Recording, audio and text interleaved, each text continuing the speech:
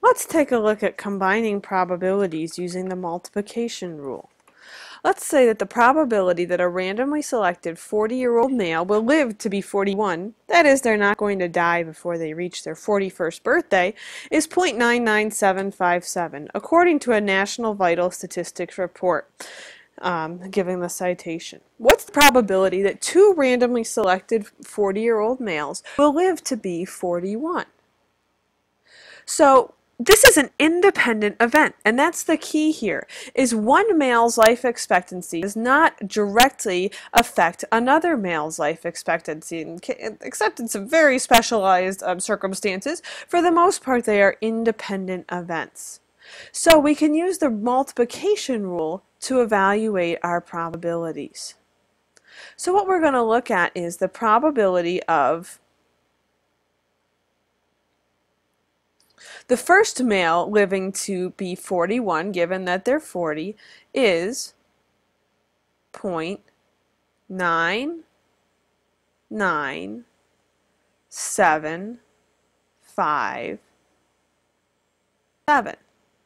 The second male lives to be 41, given that they're 40, is the same. For independent events, we can go ahead and multiply them. Something I would definitely recommend using a calculator for, as multiplying decimals is not the most fun thing to do in your head. So I would get my calculator out, remembering that you each have a calculator on your computer.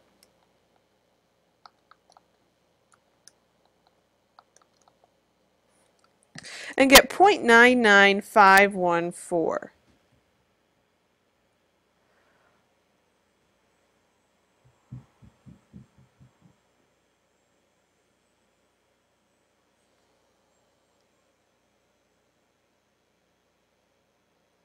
I'm going to round that to 0.9951 because the problem uses 4 decimal places. I'll cut mine off at 4 decimal places as well. Let's look at part B. It follows a similar type of question, but it asks us to expand out a little bit more. What's the probability that 5 randomly selected 40-year-old males will live to be 41? Now, we could multiply this probability 5 times. That would definitely work because we're dealing with 5 independent events. We can also take a shortcut, and instead of multiplying this out 5 times, we can raise this to the 5th power. Has a couple of advantages, that parenthesis is supposed to be over there, has a couple of advantages in that we may not make as many errors putting this in the calculator. If you're putting big long decimals like this in the calculator multiple times, you may notice that you might be prone to making error when it comes to entering in these long strings of decimals, maybe dropping a decimal or doing something else. So, you know, it might help you raise this to the 5th power. So what we're going to do is we're going to get our calculator out. I have a calculator that's on your standard Windows computer. And what we want to do before we do this is change the view from standard to scientific. This gives us a few more options.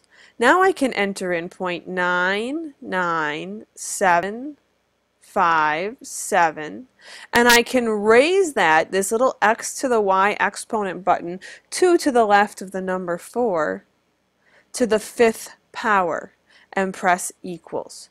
I have my probability there, 0.9879.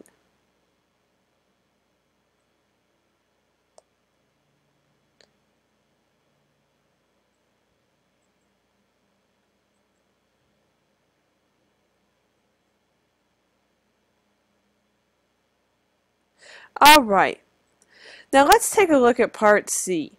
What is the probability that at least one of the 5 randomly selected men will not live until they're 41 years old? This is saying, what's the probability that one of these guys is going to die?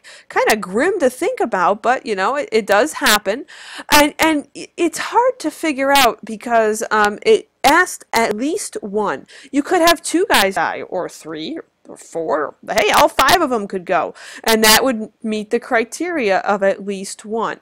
So instead of looking at each individual case in terms of what could happen, we're going to look at the complement rule.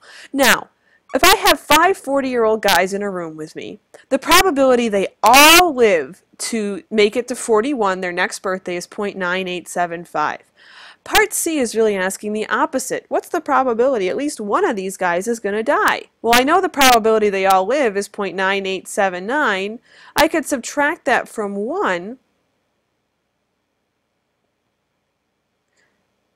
and that will tell me the probability of them at least 1 dying. The opposite of everybody living is at least 1 person dying. That makes the everybody living statement not so valid.